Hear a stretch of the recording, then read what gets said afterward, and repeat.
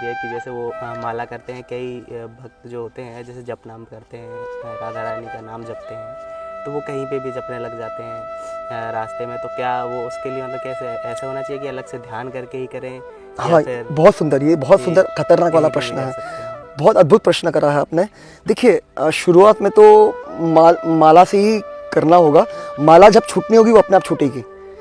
माला शुरुआत जब शुरू में जब प्रवेश होता है राधा करुणा से ये मार्ग में जीव का, तो शुरू में जो प्रयास करना होता है, अभ्यास करना होता है, वो माला से ही होता है। ठीक है प्रभु जी। और ध्यान रखिए, ये माला से जब अभ्यास करते हैं ना, तो ये इसमें विशेष ध्यान रखना है। सबसे पहले जो अभ्यास करना है, जप, इसको जप कहते हैं। माला से जो किया जाता है उसको जप कहते हैं। ठीक है प्रभु जी। तो वो जप का अभ्यास जो है एकांत में होना चाहिए। सबसे पहले वो अभ्यास एकांत में होना चाहिए। हमारे आसपास कोई हो नहीं, कोई हमें देख ना रहा हो, हम बिल्कुल अकेले हो और हम और श्यामाश्याम और कोई होना। ठीक है। जैसे उदाहरण के तौर पे, जैसे एक प्रेमी और प्रेमिका मिलते हैं तो कैसे मीटिंग करते हैं, है ना, सीक्रेट मीटिंग करता है ना, एकांत में मिलते हैं ना। तो ये एक मीटिंग है। जो जप करने का तात्पर्य क्या है, जीव परमात्मा से मिलता है, श्यामाश्याम से मिलता है, मीटिंग करता है, तो वो एकांत में होती है। तो इसलिए एकांत सबसे मुख्यतः एकांत होना चाहिए। दूसरा चीज, जो भी नाम का अभ्यास, जिस भी नाम में रुचि है और जिस नाम का वो अभ्यास कर रहा है जीव, तो उसको ध्यान रखना है, वो नाम को बड़े अक्षरों में लिखकर उसी को देखते हुए उसका अभ्यास करना है। और कम से कम प्रयास करे 3-3.5 घंटे करने का, अगर बन सके तो। नहीं तो शुरू में 2 घंटे से प्रयास करें, 2 से ढाई घंटा, फिर धीरे धीरे 3-3.5 घंटे तक पहुंचे कम से कम प्रतिदिन, एक सिटिंग में बोल रहा हूँ, एक सिटिंग में, मतलब एक ही स्थान पे एक समय पर 3 से 3-3.5 घंटे तक पहुंचता है जी, तो सबसे बेस्ट है एक समय पर बैठकर। और कोशिश करें कि जिस भी जीव जो अभ्यास कर रहे हैं नाम जप का, तो उनको जिस भी योगासन में रुचि है, जिस भी योगासन में उनकी रुचि है, तो वो योगासन धारण करके वो उसका अभ्यास करें, ताकि वो योगासन बहुत हेल्प करता है मन को फोकस करने के लिए, मन भटकने देता नहीं है। अब समझ पा रहे हैं महाराज जी? तो योगासन जो है ना, योगासन करके हम जब अभ्यास करते हैं राधा की कृपा से, तो वो बहुत हेल्प करता है, बहुत सहायक करता है हमारा फोकस बढ़ाने के लिए, मन को एकाग्रित चित्त रहकर पूर्णतः ध्यानपूर्वक जप करने के लिए। तो इसलिए ये सिद्धांत समझना बहुत ज़रूरी है। तो वापस दोहरा रहा हूँ, अपनी मन की शुद्धि के लिए ईमानदारी से राधा की कृपा से सबसे पहले तो एकांत होना चाहिए। दूसरा, जो जिस नाम का अभ्यास कर रहे हैं वो नाम को हिंदी अक्षरों में लिखना है, हिंदी में या संस्कृत में, और उसको देखते हुए निरंतर अभ्यास करना है। कम से कम 3.5 घंटा एक सिटिंग में। अगर नहीं कर पाते 3.5 घंटा, तो 2 घंटे से लेकर फिर आप 3.5 घंटे तक पहुंचिए धीरे धीरे करके। और कोई भी एक योगासन चूज कर लीजिए आपके रुचि के अनुसार जी, इसको जप कहते हैं।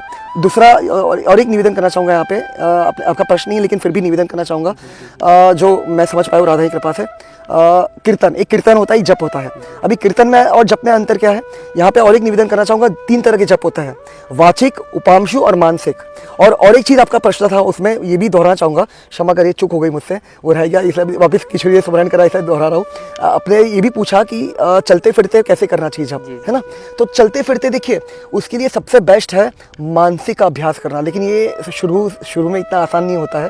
शुरू में वो धीरे धीरे स्वाभाविक रूप से वो राधा रानी प्रेरित करेगी हृदय में, तभी वो बन पाएगा। मानसिक जो है सबसे आखिर का स्टेज है। वो काफ़ी सालों का अभ्यास के बाद वो मानसिक, क्योंकि मानसिक में कैसा होता है, वो नाम छप जाता है मन के अंदर, और फिर प्रयास तो करना ही पड़ता है, तभी वो अपने आप नहीं चलेगा, तभी प्रयास करना पड़ेगा, लेकिन वो मन में नाम चलेगा। हाँ, क्योंकि हम निरंतर इतने सालों से अभ्यास कर रहे हैं नाम को देखते हुए। अब समझ पा रहे हैं महाराज जी? नाम को देखते हुए अभ्यास कर रहे हैं, तो राधा की कृपा से वो फिर नाम, अगर लक्ष्य निर्धारित है जीव का, तभी हो ये सब मुमकिन निर्धारण करके। अगर लक्ष्य निर्धारित नहीं है तो ये सब चीज़ बहुत कठिन हो जाएगी जी। तो तब वो मानसिक रूप से वो चलते फिरते कर सकते हैं जीव, अगर वो प्रयास कर सकते हैं, मतलब तो चलते फिरते मानसिक रूप से प्रयास करने के लिए आप उनसे आग्रह कर सकते हैं, निवेदन कर सकते हैं। और दूसरा है कीर्तन जो है ये उच्च स्वर में होता है, जिसको वाचिक कहते हैं। देखिए यहाँ पर और एक निवेदन करना चाहूँगा, जैसे अभी क्षण भर पहले आपके चरणों में निवेदन करा, 3 तरह के जप होता है, वाचिक, उपांशु और मानसिक। लेकिन मुख्यतः जो जप किया जाता है वो उपांशु में किया जाता है। उपांशु का तात्पर्य क्या है कि केवल हमें सुनाई दे और किसी को नहीं। हम जो जब जिस भी नाम का अभ्यास कर रहे हैं वो केवल हम सुने और कोई नहीं सुन ना पाए।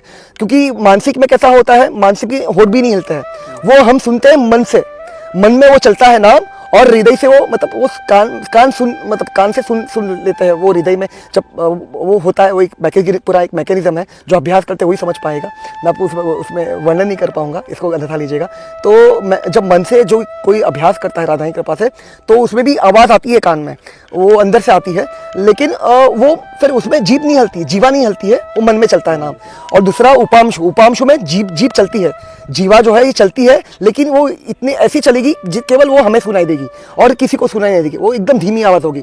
और वाचिक वो उच्च स्वर में होगा। लेकिन अभी कैसा है यहाँ पे, वाचिक जो है ये कीर्तन में भी आता है। वाचिक मुख्यतः कीर्तन जो संकीर्तन या कीर्तन जो भी हम करते हैं उसका अभ्यास करते हैं, वो वाचिक रूप में होना चाहिए, उच्च स्वर में होना चाहिए। और मानसिक जप जो है ये स्मरण में आता है। जपा, कीर्तन और स्मरण आपने सुना होगा अगर तो, श्रवणम, कीर्तनम और स्मरणम। तो स्मरणम में ये अंतिम जो स्टेज है मानसिक जप, वो स्मरण में आता है। तो उसके लिए समय लगता है, क्योंकि जब हमारा राधा की कृपा से श्रवण कीर्तन एकदम पुष्ट हो जाएगा, एकदम खतरनाक वाला हो जाएगा, तो स्मरण अपने आप बनना शुरू हो जाएगा। तो स्मरण के लिए प्रयास नहीं करना पड़ता, स्मरण राधा की कृपा से हो जाता है। जब राधा की कृपा से हम अभ्यास, किशोरी जो हमें अभ्यास करवाती है श्रवण और कीर्तन का, उसके लिए लेकिन वो तत्पर होना चाहिए। बहुत सालों तक का अभ्यास भी होगा, एकाग्रचित्त भी होकर वो अभ्यास करेगा। लेकिन वो ये सब तभी मुमकिन है, यकीन मानिए महाराज जी, जब लक्ष्य निर्धारित हो जीव का। क्योंकि देखिए, जब तक लक्ष्य निर्धारित नहीं है ना, गलत तरीके से मत लीजिएगा, जब तक जीवात्मा का लक्ष्य निर्धारित नहीं है तब तक कैसा, मैं व्यर्थ नहीं कहूँगा जो भी वो अभ्यास कर रहे हैं वो, लेकिन समय लग जाएगा। कहने का तात्पर्य यही है कि बहुत जन्म लग जाएंगे राधारानी के चरण कमलों तक पहुंचने के लिए। जीव को बहुत समय लग जाएगा, बहुत समय।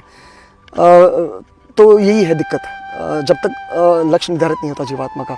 और एक बार लक्ष्य निर्धारित हो गया, यकीन मानिए, तो जो काम जिसके लिए बहुत सारे जन्म लगते हैं ना महाराज, जो बहुत ज़्यादा दुर्लभ है, शास्त्र प्रमाण सुदुर्लभ वर्णन करा है, तो वो सुसुलभ हो जाता है एकमात्र में किशोरी कृपा से, लाडली जो की कृपा से जी। इसी जन्म में बेड़ पार हो जाता है। और महाराज जी लक्ष्य क्या होना चाहिए जी? लक्ष्य में वही आपके चरण क्षण भर पहले निवेदन कर अपनी मन की शुद्धि के लिए ईमानदारी से मेरी किशोरी कृपा से कि आज की वर्तमान परिस्थिति जो संभव है वो केवल शरणागति है महाराज, आत्मसमर्पण है।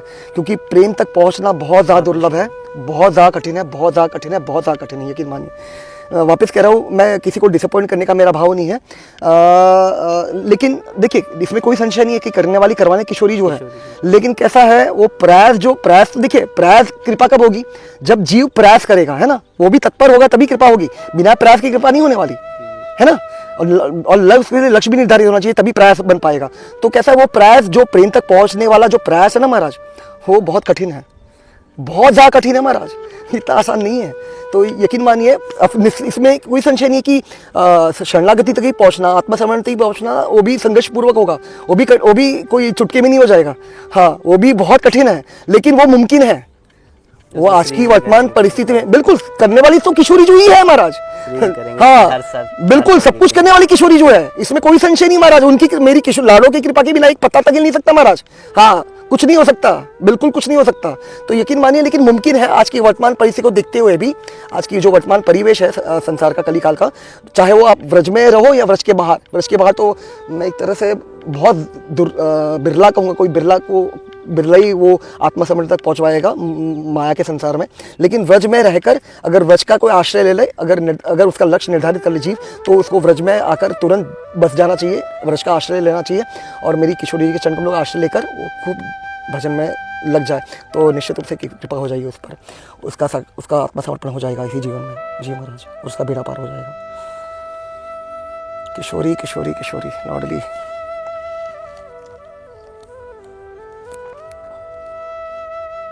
बस महाराज जी यही प्रश्न थे जी। आपका कीमती समय देने के लिए बहुत बहुत धन्यवाद।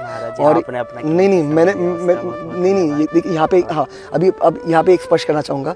देखिए यकीन मानिए महाराज, अभी क्षण भर पहले आपके चरण निवेदन का एक सिद्धांत, सब स्वार्थ के सगे बिन स्वार्थ ना कोई, है ना।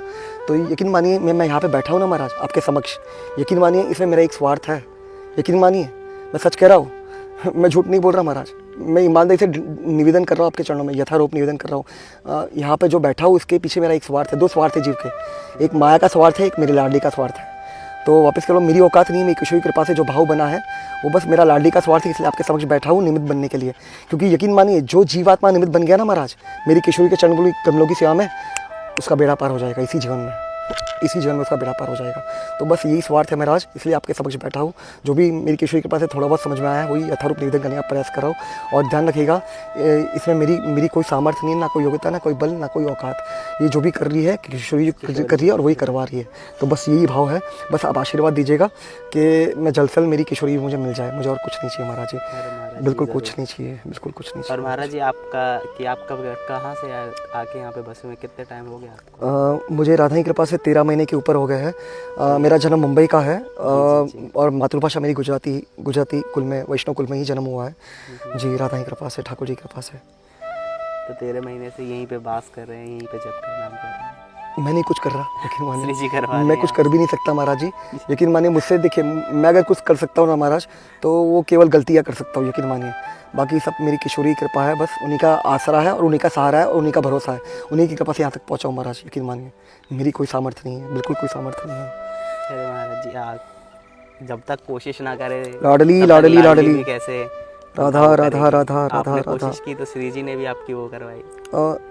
यहाँ मैंने वापस और एक निवेदन करना चाहूँगा, इसको हटा लीजिएगा। जी। मैंने कोशिश नहीं करी महाराज, यकीन मानिए। सिर्फ लक्ष्य निर्धारित हो गया था राधा की कृपा से, वो भी तो लक्ष्य निर्धारित होने का सब करवाया मेरी लाडली ने। कृपा जब नहीं और कुछ नहीं, क्षमा करिए।